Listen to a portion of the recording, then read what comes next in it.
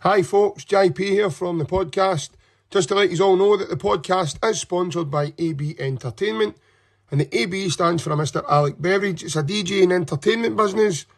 Alex is on Facebook and Instagram, and you can hit him up through the WhatsApp for any bookings on 07845 746 092.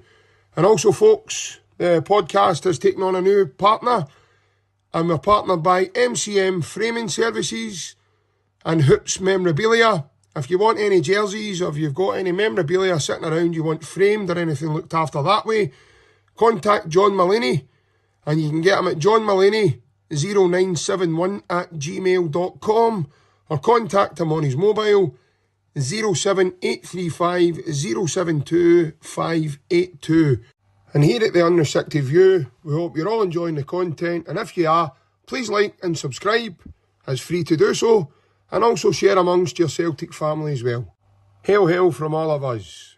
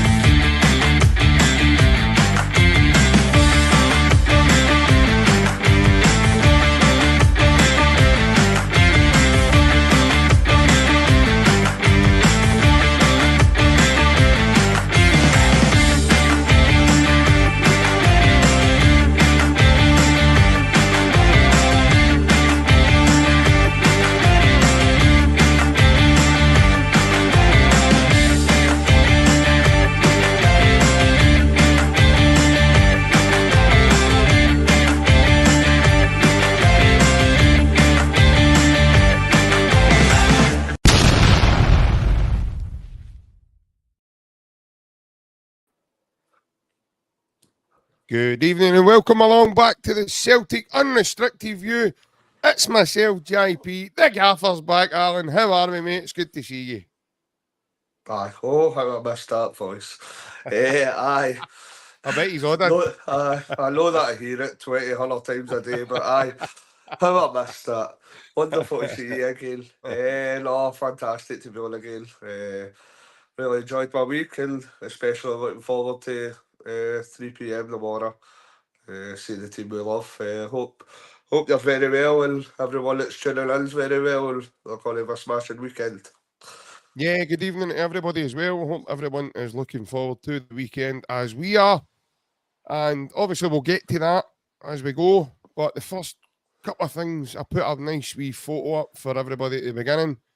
I wanted to get cracking. First and foremost, Alan, I watched these last night, mate. What a chat that was with Stevie. Cheers for getting him on, mate. Aye, no, really enjoyed it. Kind of feedback we're getting, really enjoyed it. I think Ryan and Barry as well, some of the stories he's had, obviously, kind of running the bar for best part of 20 years. Yeah. The amount of a Celtic bar, the amount of kind of people and the famous names that's come through the doors, his bar, is very, very impressive. And just like, I think the story that kind of hit me most was when he was just kind of randomly walking by the bar. Aye, and Liverpool just kind of casually stoats in on a random night. And so, like most of us that grew up during that period, knowing how important and how much a legend that Lubomir Moravchik is, that's just to think about, just him appearing at the blue. That's something absolutely phenomenal.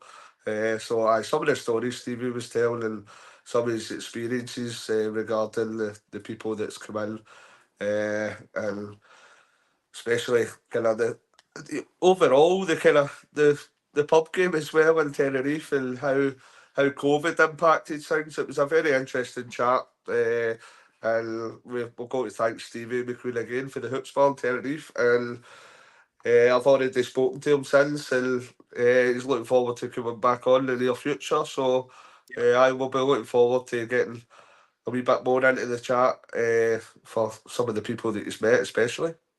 Yeah, no, definitely, mate. And I've always envisaged a picture when he was talking about Lubo coming through the door. It's the bit in Still Game and Bobby sees Edith for the first time and he slips up a bottle, slips out his on. That's the kind of thing.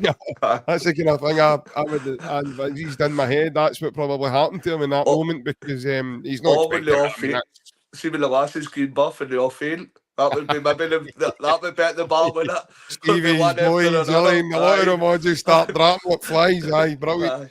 But listen, no, some of his stories was brilliant. Listen, talk about Danny McGrain and all that again. It brought me back to my childhood, mate, when I was watching guys like Paul McStay and, you know, I'm wishing I was on last night, but obviously you've got to kind of make way and let other boys give their views and stuff like that as well. So I was happy to do so as always. But no, it was really good to get Stevie on. I know that was his kind of first time doing something like this, and I thought he did very, very well. I really did. I thought he handled it really well. So it was good to see him on, and I was in the comments, so probably done a lot of people's heads in there, and I'm doing their heads in live tonight on their TVs and on their screens. But no, mate, listen, another wee thing I wanted to touch on because me personally, I think this podcast we're getting that engrossed in my chat that we've kind of, I feel as if we've kind of went away from speaking about it as well. There's a couple of wee things, and I've seen things on social media, and this is what's flagged it up to me and re-energise my head to think like this. Obviously, we've been quite big, as you know yourself, Alan, about men's mental health on this channel, and we've spoke about it massively throughout. We used to always wait to the end of the show and do it then, but I feel the need to do it now and just get it out of the way. I want to take this opportunity to say to anyone at all, if there's anybody sitting, I mean anybody, doesn't matter if you're male, female, whatever it is, if you need a word, to bend an ear or get something off your chest, please don't think for 1 minute you're alone in this world. Please do not think for 1 minute that you're sitting alone in this world and there's nobody you can turn to. Myself, I can speak for the lads, I think, on here. Ryan said it numerous times. Alan's joined us now. Definitely. All of our DMs are open on social media. If anybody at all wants a word, or because listen, folks, sometimes it's better to speak to a stranger rather than someone you know. Because sometimes I think, Alan, if you speak to a family member, relative, anyone at all, whoever it is, sometimes I think in your head that right away they're going to judge you. So if you're speaking to a stranger, you're not going to get that feeling. But what you are going to get is someone who will sit and listen to you and take on board what you've got to say. They maybe not have an answer for it, but that sometimes might not be what you need either. Sometimes you might need an ear just to bend, to vent, to get something off your chest. So I want everyone who's tuning in with us just now, and you can even share the word on as well, on behalf of myself, if anybody wants to reach out to this podcast through Facebook, Twitter, or now it's called X, Instagram, TikTok, or even any one of our personal accounts, please don't think you can't do it.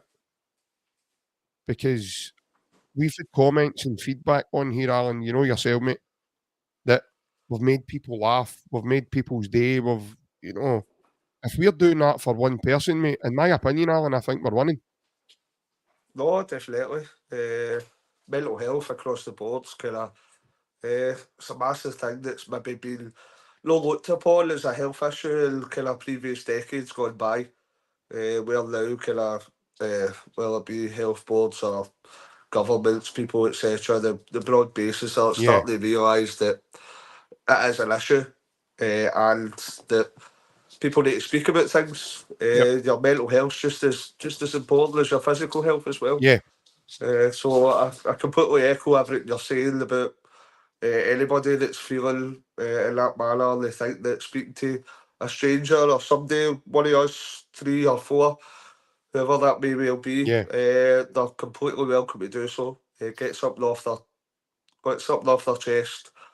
If they need kind of somebody to speak to, because as you say, sometimes it can be difficult when it's maybe a member of family or friends that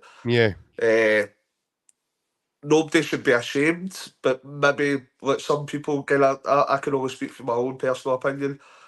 Sometimes you feel kind of ashamed at certain things that you're saying to your kind of family and your friends. So that stranger speaking to you, that can sometimes help. Doesn't help for everyone, but I'm just kind of speaking for past issues of myself. It helps sometimes just to get that wee bit off your chest. Kind of problem shared's a problem halved, innit? That's the saying. So we're always here to help, and I can only kind of echo what my good friend JP saying. Yeah, no, 100%. And the man that's on your screens just now, Mr. Barry McCandless, he is actually a life coach, folks. And he contributes well to this podcast. So he's another one. If anybody wants a chat, he's there to listen, folks. I'm pretty sure Barry wouldn't mind me saying that. But please do not think you can just sit there on your own and it's too hard to deal with and whatever. Reach out, guys, because it's no worth sitting yourself, and you won't be alone. Because not only are we on here talking about Celtic as we all love it and having a bit of banter, but there's also a serious side to us all as well, folks. And sometimes life throws a curveball now and again that you need to deal with. We've all got that. So please don't sit yourself and think that you can't resolve your issue. There's always somebody there who's willing to help you. And I'm one of them, and so's the lads. So have a wee think about that, folks, and don't be afraid to reach out in any one of our messaging formats that we've got. And we'll be here to help. But Big Barry, hello, boys. 6 games to go, 6 wins, and it's champions again. Ole, ole. I've been singing that anyway because I've got full belief in the squad. Kim Rigby says, good evening, boys. Barry Boy 40, evening, guys. Good evening, Barry. Hope you're well, pal. Not seen you for a while. Good to see you back in the comments. And there's wee Graham Souness back joining us again. He says, evening, boys. Looking forward to a good victory tomorrow. By the way, your comments to Big Sutton, I thought was absolutely disgraceful. You need to sort that out, Souness. We're not having that. Try to say he's implementing and indicating towards VAR. Oof, that's heavy stuff, Alan, isn't it? Aye, that's indeed. Sort yourself out, Francis. Thomas Ann joining us also, evening, JP Allen, and the chat. Jerry Burns, evening. Top boys. Patricia Martin, hail, also. Good evening, Patricia. Hope you're well, pal. And Jem joining us also. Francis likes where we joke up. And Jem, evening, JP and Alan. Good evening, and Jem. Alan, before we get into the nitty-gritty of tomorrow, and I wanted to speak about the 2 lads that were on the photo at the beginning. Obviously, it's coming to a point in the season where I think decisions need to be made. And those decisions are the loan boys that we've got from Norwich and Benfica. So, PAULO, BERNARDO and IDAH. So, I'll give my thoughts after you. I'll let you come in. And anyone else in the comments at all that you feel as if you want to chip in, please fire the comments away. And I'll do my very best to get them up for you as well. IDAH and PAULO, BERNARDO, big man. Are we keeping them? Or no? I think there's a lot of different kind of permutations there. I think there's a lot of variables. If we can touch on kind of PAULO BERNARDO before IDAH. PAULO BERNARDO, first part of the season, thought he was kind of quiet. But you see the kind of technical ability that he's got. You see that there's a player definitely there. Mm-hmm. And bear in mind, before any of these comments, the guy is kind of 21, isn't he? He's 21 years old, so we can't be too kind of too critical all his kind of play, all the consistency in his play. But there was a 4 or 5 game spell just at the turn of the year that I thought his play was absolutely exceptional. I thought he was the best player in the league at that time. Best player in their team anyway by a mile. And some of the plays, some of the assists and goals that he contributed towards were fantastic kind of passages of play. I think the Paulo Bernardo one, I think that's going to rest upon the transfer fee quoted. When you're looking at it's getting quoted kind of 6 or 7 million, I don't know if he's worth that. I'm not quite sure. I would like to see Paulo Bernardo as part of our squad. I would like to see us go and get him. If there's a bit of negotiation involved in that, then so be it. But he's definitely got the qualities and the potential to go forward in this Celtic squad and team. You can always see him kind of improving on what he's contributed so far this season. And by the looks of it, it's nothing set in stone, but you would maybe think that Matt O'Reilly might be leaving in the next transfer window or two. So as they might be slightly different kind of types of players, but as Paulo Bernardo, that ready-made kind of player to come in and fill the boots of Matt O'Reilly, that's a distinct possibility as well. So I think the Paulo Bernardo one will definitely go ahead. I think as a club and a business, we'd probably like to negotiate that slightly better, kind of down towards maybe the kind of 4 or 5 million mark. You'd probably look at that. I'd probably see that happening. I think this is probably where we're going to disagree with the IDAH part. I'm fully aware that be like his big man. Would it be like his? I know. I'm fully aware that he has contributed. He's scored kind of important goals. He's come in and he's looked relatively good. He has, but I'm not sure that he's at that point that we'd want as a second striker. Just my personal opinion. From what I've seen so far, I would like to think if we get ambition going forward in the Champions League, even if that be kind of qualify for a Europa League spot coming out of the Champions League, whatever that may be, that we could go. I know you spoke about a kind of Japanese striker movie last night as well. That there's a possibility we could be getting. So I would like to get somebody that's closer to the quality level that Kyogo possesses. I know everybody's going to have the comparisons with Giacomakis, but that's obviously not going to happen at present. But I would like to see us kind of push the boat out and try and get somebody that's kind of as near as possible to the level of Kyogo. And I think there may be a wee gap between the levels that Kyogo and either the qualities they possess. I know they're completely different players. So I'm not saying he's done well, and he is a decent player with lots of potential. And I think if Brendan chooses to have kind of 3 strikers, then I'd be over the moon if he was happy to come in as a backup striker. But again, this decision would contribute to the variables of how much would this transfer fee be? How much would we be willing to pay for somebody like Adam Ida? That's the question only the board and the Celtic manager can answer. I wouldn't be upset if we signed Adam Ida, but I wouldn't be absolutely over the moon either. I think he's a decent player with a lot of potential. Yeah, for me, the Paulo Bernardo one is, in my opinion, it's very simple. The guy's quality. And I think right away, I think he'd like 2-3 touches of the ball at Ibrox. Set up Biggie does goal. I think just for that goal alone, you're signing both. A lot of Celtic fans are saying, right away, get the 2 of them in, get them in. But nah, it comes down to more than that, I think, for me. You've got to look at individuality. And I think you've got to look at the way, do both of them affect games? And both of them do. I'm not saying he's the same type of player, But in my opinion, I think when he got a run of games, Paulo Bernardo really helped us to fill the void that Rio Hatate left. And he affected games. Not only was he scoring goals, but he set up goals as well. And it was the all-round play of the man, if you say. So for me, I think I've seen enough of, like you says as well, age. So he's going to get better.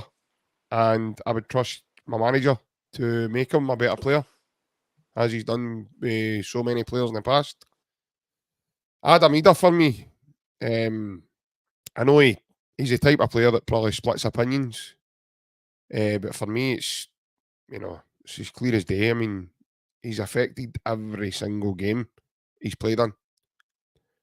You can see when he comes on, the team get a lift, and he adds a physicality that we lack, especially in that area.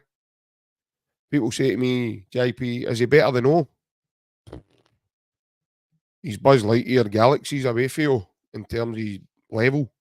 And I feel that O's got a lot of development, and O is older than as well. What is Big Eater, about 21, 22? I think there might be a I year listened or to his something between presser. them, isn't there? His presser was brilliant today.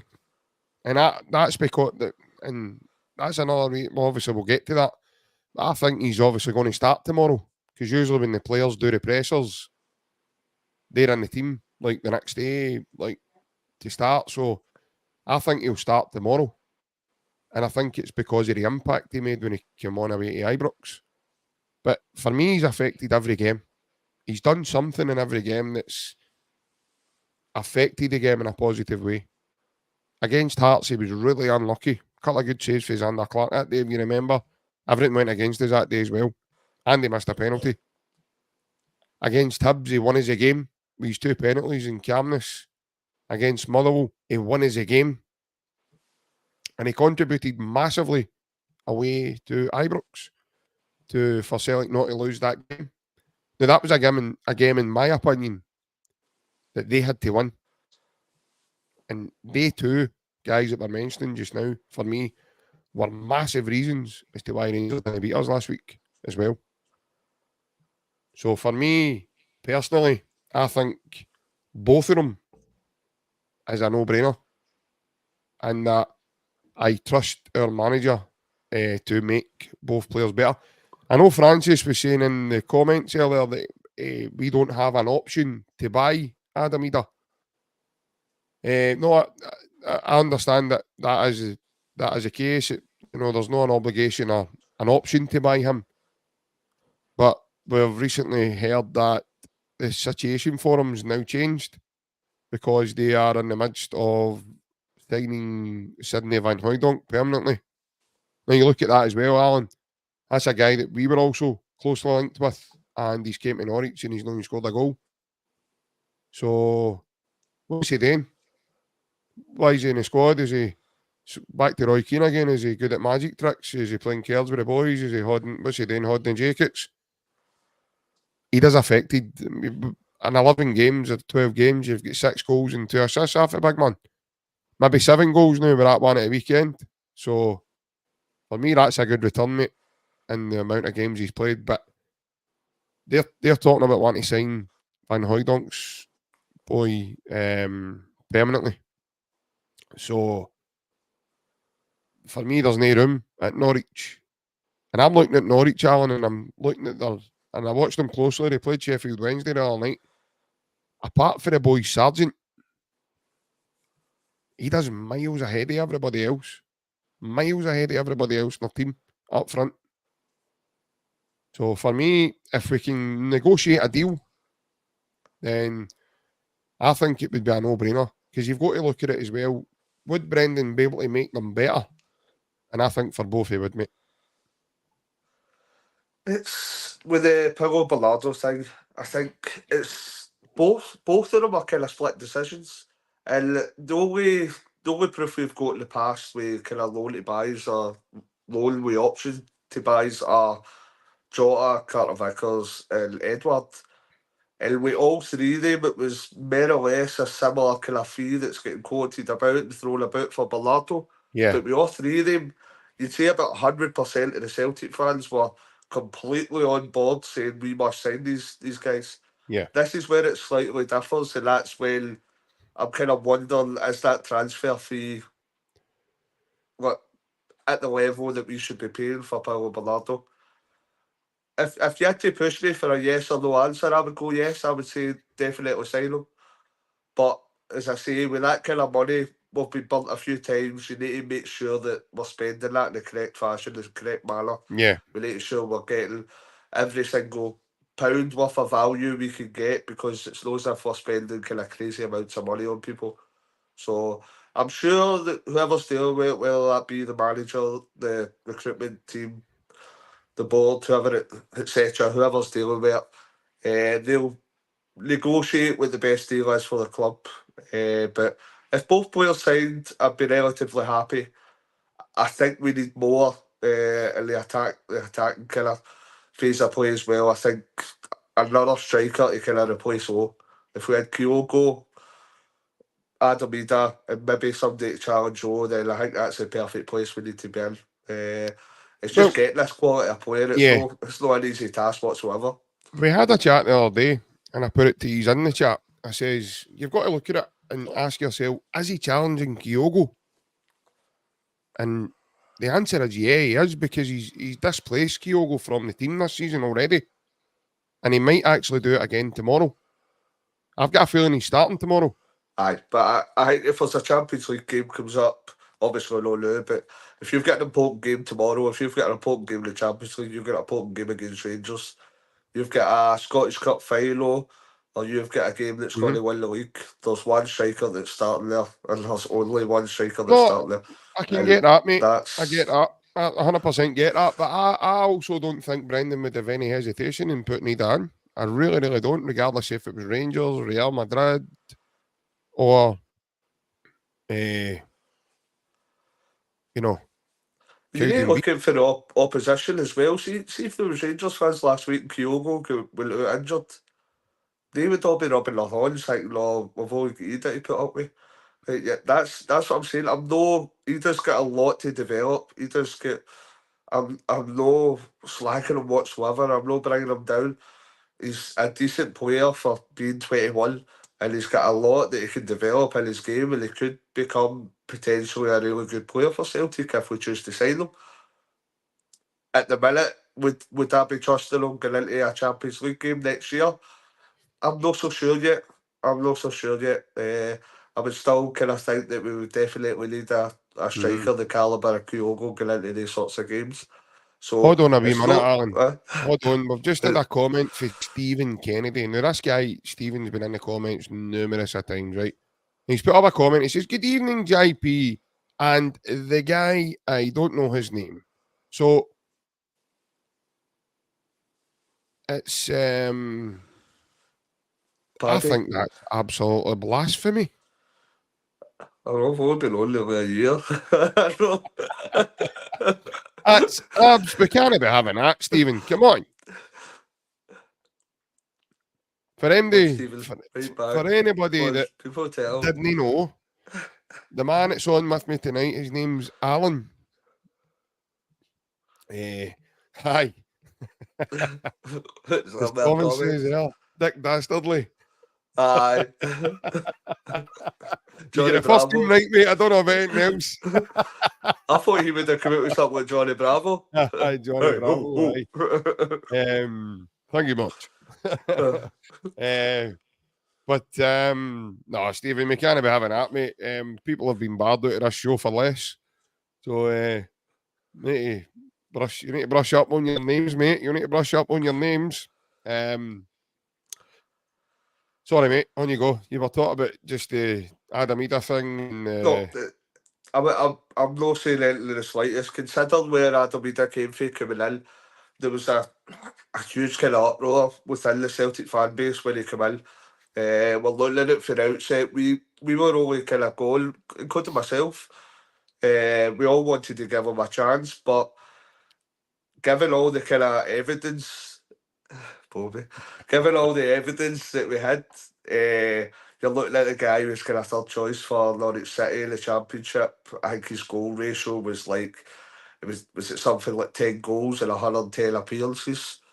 It didn't look promising. We Even got there in the Stephen, end.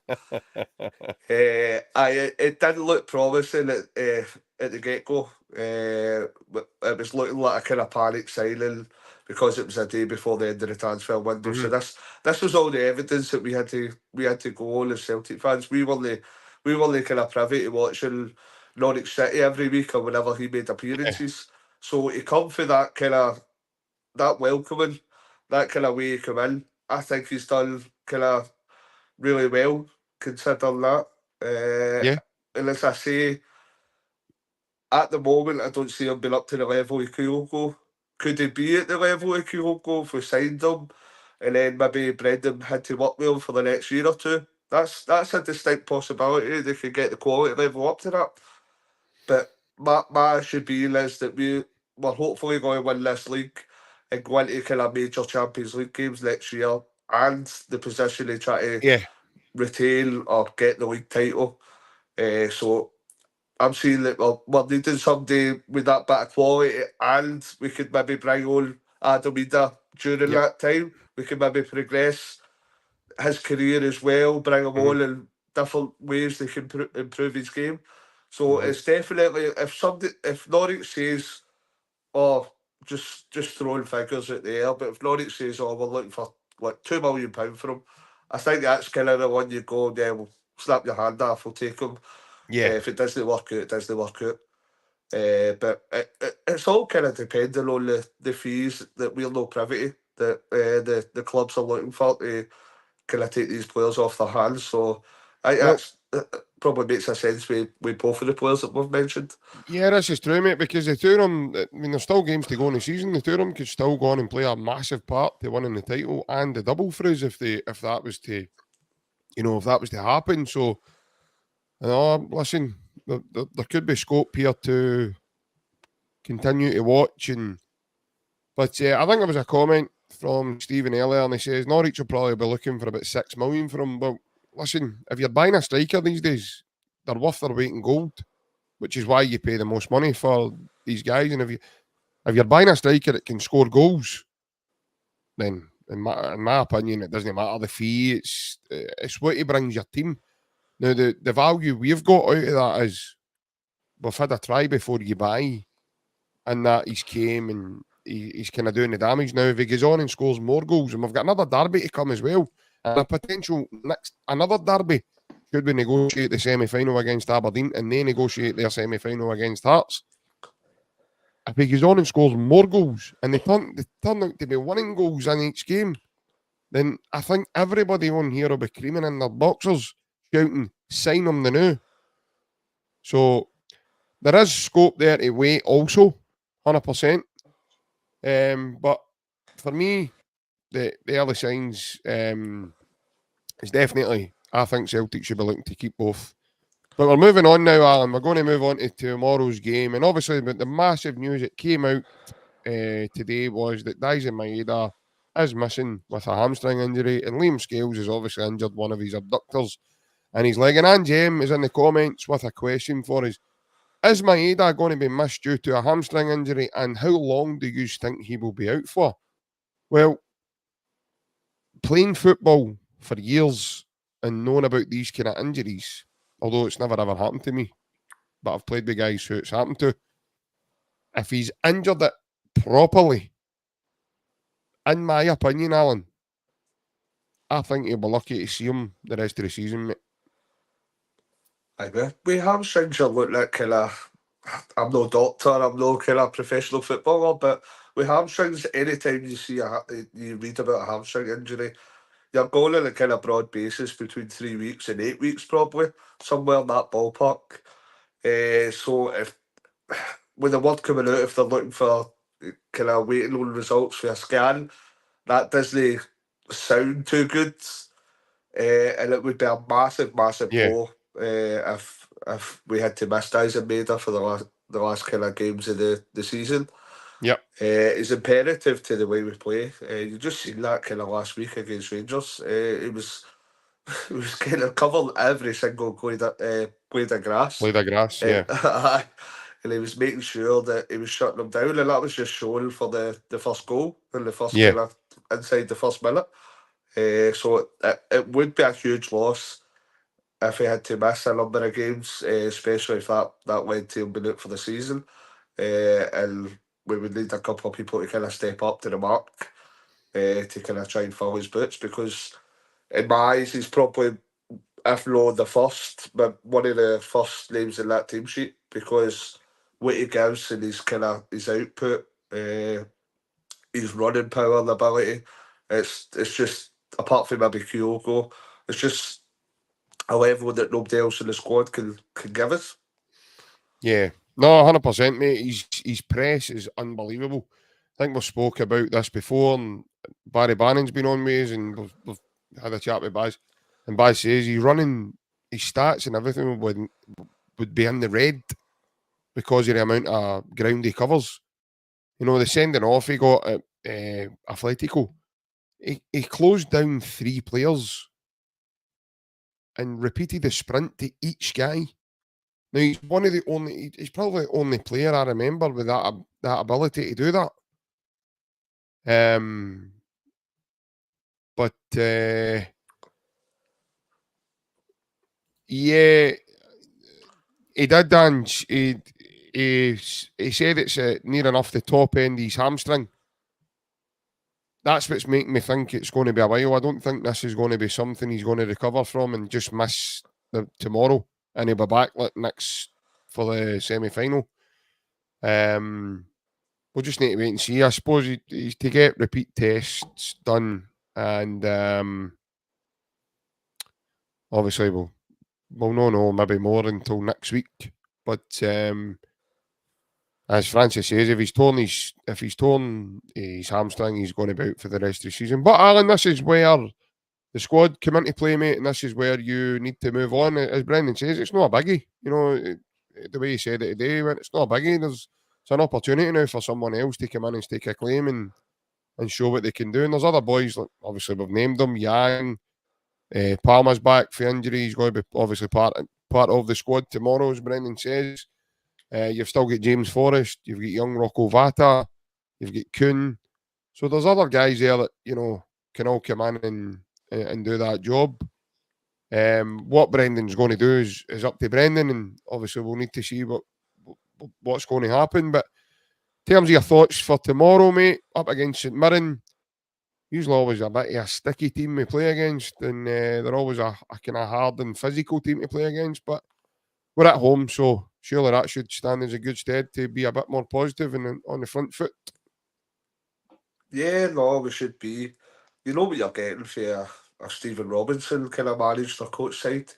They're always extremely Yeah, well organised, always kind of hard to break down, hard to beat. You never usually get kind of massive individual errors. He's usually got them pretty on the ball, so he's a kind of manager and a coach that I respect. To be honest, he's done yeah, for the level that he kind of he manages that. He's done a relatively good job for yeah, wherever he's went. But again, we're at home. Let's kind of sit, as Barry touched on at the start of the podcast, 6 games we need to win. yep, So this is the first of the 6 games that we need to win to become champions. There's no excuses anymore. So I would like to see a performance for 90 minutes that kind of is like the performance we've seen in the first 45 at Ibrox. I think that would make every Celtic fan kind of yeah, happy chappies. But the most important thing is obviously the 3 points on the board. I fully anticipate we will get that. Because if we do turn up to the best of our ability, you know that we're by far the best team that's going to be on that pitch mm-hmm. tomorrow. And in our opinion, the best team in the league. So we just need to make sure that we do our job. They make sure we turn up. And Yeah. if we do so, I can't see an issue with us not collecting the full 3 points tomorrow. No, I'm with you, mate. I'm with Francis here also. He said, with Hatate back, it's a different ball game. I'm confident of a few goals tomorrow. Yeah, St Mirren are always a sticky team we play against, and they normally always try and set up a stall to make it hard for us and be robust and, dogged and try and get in my faces and put off our stride and that. But I think, we see the way Celtic are and the way they're playing now, and like Alan just said, folks, the way Celtic played in the first 45 minutes at Ibrox, the way they kept the ball. I was actually going to phone John Kennedy and ask him to chuck another ball and just to give him a kick of the body because I felt sorry for them that much. Clear gulf between the teams. You can see that by far when Celtic are popping it, and they can't live with us. We all saw that with very nice in the first half, mate. That's Celtic. That's the Celtic we know and the level we can play at. The longevity of being able to do it for longer is peering down to guys' fitness levels now and building them up and getting them, quicker and sharper. And obviously Callum McGregor's back as well, Alan. So I think you'll see a faster Celtic team tomorrow. I think Celtic will be more front foot. Matt O'Reilly looks as if he's got his mojo back. Anybody can go to Ibrox and deliver a Panenka and dodge a half bottle. You're kind of doing well, mate. Aye. I think the home games against the likes of St Mirren, we're not going to kind of miss Maida as much as we would maybe the games that we seen kind of last week, because you know that kind of we're going to have 70-75% of the ball possession. We're going to be kind of camped out in St Mirren's half the majority of the time.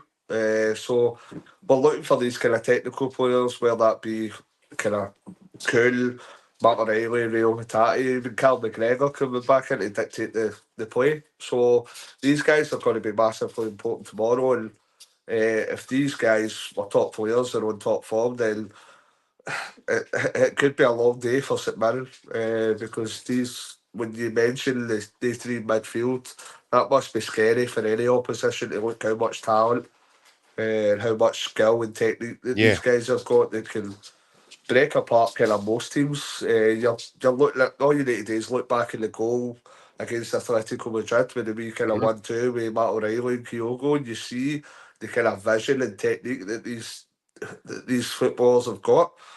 So if they're on top form, I think that's the most important part of our team tomorrow. It's to make sure that we're threading the passes through, that whoever it may be, that if it's Kyogo or IDAH, they'll get on the end of it. And I think the three midfield are going to be instrumental for tomorrow and the rest of the season going forward.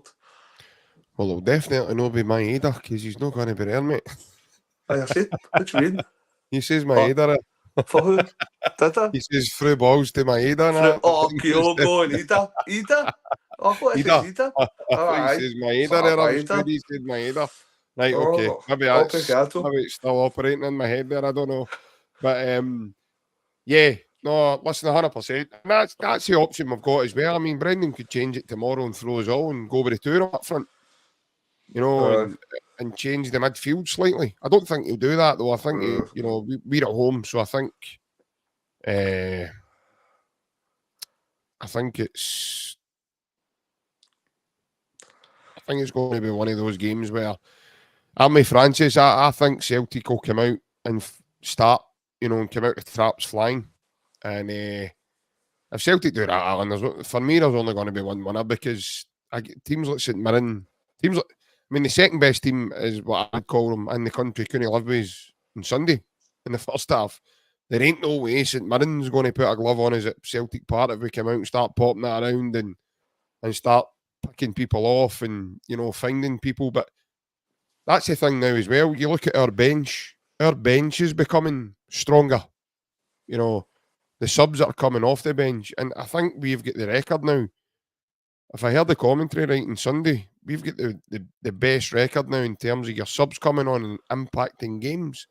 The amount of goals that they've scored and everything else. So I really, really do think, like you say, there's a lot to get my teeth in about now. And we've got this game tomorrow, then we've got a semi-final next week for us to go and really try and stamp authority now on the title, and I think that's what's key. And I think we're getting all our players back at the time. It's good timing, but there's been a clear plan set out with the manager, and I think that plan, mate, is starting to come to fruition. Aye, no, we need to make sure that we carry on along that road. As I say, there's no more room for mistakes now. We know what the Yeah, objective is. We know what needs to be done. We know it's in our hands. So there's no more excuses, no more reasons, no more kind of mistakes that can happen. yeah. We need to make sure we win these 6 games. Whatever it takes, with by any means necessary, we need to win these next 6 games. And we know that, and the players will know that by now. I'm sure all week that Brendan and Callum's been kind of drumming that into them that one game at a time, we tick that off, we go into the next one, and if we get 6 ticks in a row, then the league title's ours. But So the we thing need is, to we make don't sure want a blueprint for Fabio Silva, otherwise we'll not be winning much.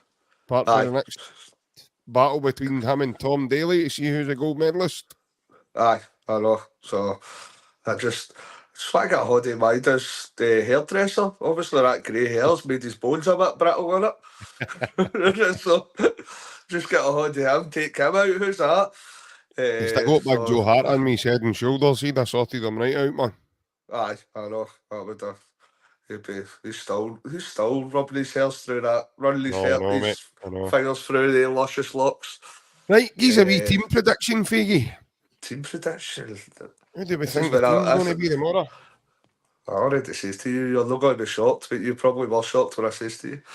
I think it'll be Joe Hart, Alistair Johnston, Carter Vickers, Mike Nerofsky, Greg Taylor, Callum McGregor, Matt O'Reilly, Rio Tati, Nicholas Kuhn, Lewis Palmer, Oh my and goodness, ladies and gentlemen, boys and girls, he said the man's name. That must have stuck in your throat, mate. Lewis Palmer and Kyogo. So I think that's Cool. I'd be going with Lewis Palmer because he's the one that's kind of comfortable on the left hand side, and it looks the way he's played. I know they both be able to switch, but it looks as if Kuhn's more comfortable on the right hand side. So to ask Yang to play on the left, I don't know how we would manage it there. We could only try and see it. There's a strong possibility it could be Yang that plays. Yeah. I'm just saying kind of Palmer's usually he's comfortable in that position.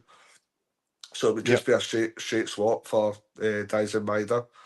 But I you've got to go basically as strong as we can for the next 6 games. We can't hold anything back. So aye, probably the strongest team, I think, my eyes tomorrow. Yeah, listen, I can understand where you're coming from with that team selection, mate. I think the team will be Joe Hart, Alistair Johnston, Cameron Carter Vickers, same as Alan here, Mike Nerofsky. He's probably going to throw me here and play Stephen Welsh or something like that. Kobayashi. Throws on. Kobayashi. I was just about to say that there, Kobayashi. He's not got a shift tomorrow at Subway, so he's in tomorrow. So Kobayashi and Greg Taylor, no, Nerofsky and Greg Taylor. I think the midfield, and this is purely because of fitness and coming back for injuries and stuff. I think the midfield will be the same as when it started at Ibrox. I think it's going to be Awata, Hatate, and O'Reilly. And I think the two wingers, for me, again, this is purely because of fitness and everything else. I think it'll be Ida. Not Ida. Sorry, Kuhn on the right, Yang on the left, and I think it's going to be Big Ida through the middle. That's what I think the team's going to be tomorrow, mate. The only reason I've said Adam Ida is because he done the player presser today.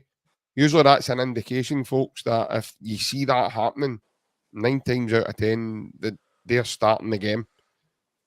So, listen, he might throw us all together and play Lager Bielka.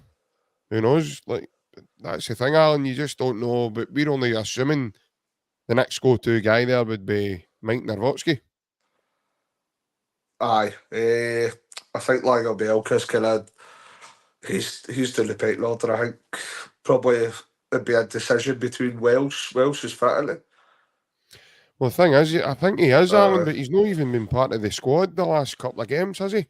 I don't know if he's been getting. He did have a niggle injury a couple of Right. weeks ago, didn't he? But as far as Brendan says, it was basically everybody was back last week. So I don't know if it's a kind of fitness level. He was just getting that up to scratch. But the feeling I've had, and I think many Celtic fans have had all the season, that Brendan puts kind of Stephen Welsh above Lager Bielka.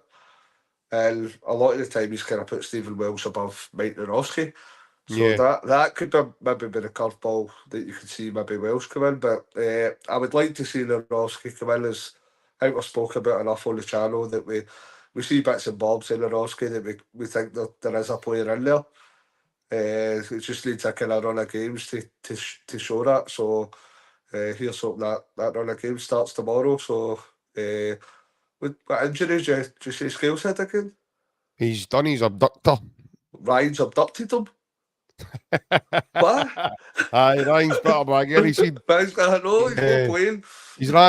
Ryan's ran out of bleach, and he's like, I can't do this anymore. You're coming with me, son. The Ryan walked up to him, right? Come with me if you want to live. Come with me if you want a hoodie. Aye, come with me if you want. Aye, I know a guy that sells hoodies. Come on, maybe. Come with me if you want a hoodie. Come with me if you want a hoodie. Scales outside. Scales outside the shop like that. I need your boots, your clothes, and your motorcycle. Scales has looked in Ryan's basement and now with a salmon hoodie on. Sitting watching all the episodes of Still Game. Watch that till you get it word perfect. Sitting there like, I don't know what's worth. I'm handcuffed and I've got this hoodie on. Aye. The wee man's got a puppet now for his half 10 show. Oh dear. It's Ryan's away in a social event tonight, so that's why Ryan's not with his folks. Better reassure people that we can assure he's in Liam Scales not been abducted, by the way. I know, we can assure you that Ryan's all right, by the way. He's not that way at all. He's not a few.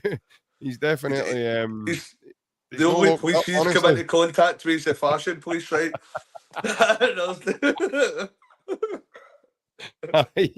That's only warrants he's kicking about with his rig out for Bilderberg. Brilliant, man. But no, I think that's all we've got time for. That's us at the end of our wee chat, mate. It's great wee chat. Time flies when you're flinging cloaks at people. But no, everybody that's tuned in tonight, thanks very much for all your comments, and thank you very much for tuning in and watching us. If you can, please like, share, and subscribe to the podcast. Share about the Celtic family. Anyone you know that could be interested in listening to a couple of guys talking Barry White. That'll be obviously when I'm not on. No, if guys that like a good bit of banter, guys that like a good Celtic chat and stuff, if anybody knows anyone that's might be interested, then forward it on to them. Obviously helps us as well, helps us get guests on, like Michael Stewart, like Paddy McCourt. And I want to take this time, folks. This is I need to take the dairy for this one. So many of you know I was going to come on Wednesday and have a chat with you, but we had broadcasting issues on YouTube.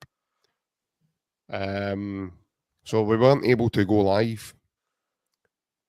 So because of whatever was going on YouTube, when I set up to do this, and it looks as if we're ready to go active for you folks, the listeners, it had duplicated the show about 12 times. So I thought to myself, right, I'll go in and I'll try and manually delete it.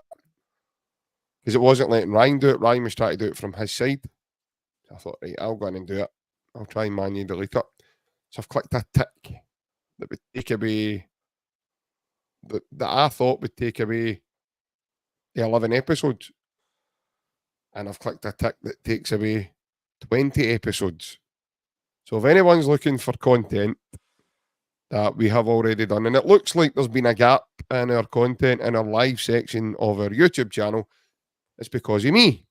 So I do apologise. The ones that you've missed, or anyone that's maybe missed them, the recent one we done, the tactical awareness before the Rangers game with William Glavin, we will upload that again.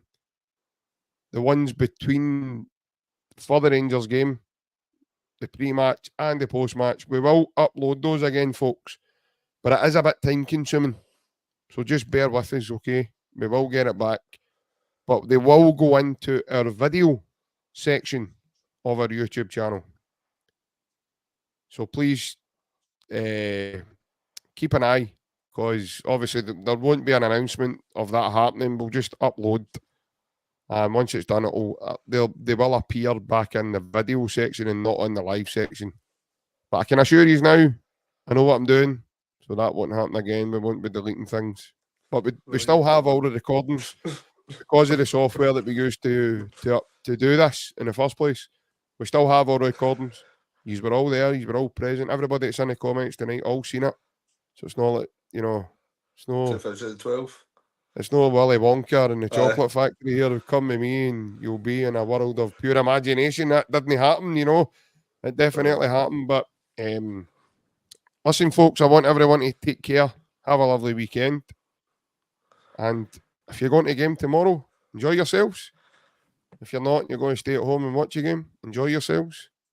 But above all else, stay safe and be good. I'm not saying that to you, Alan, because that's like fucking talking to you. that's wasted on you, mate, innit? At least you remember my name. Don't like that, Stephen. I know. We need to get that one sorted. We need to put that up. Alan. That's like that song, innit? You Alice's brother. No. Who is he? Who's Alan?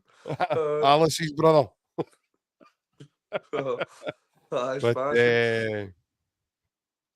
aye. So anyway, take care, folks. Hail, hail. We'll see you all again on Monday. Cheers. Hail, hail.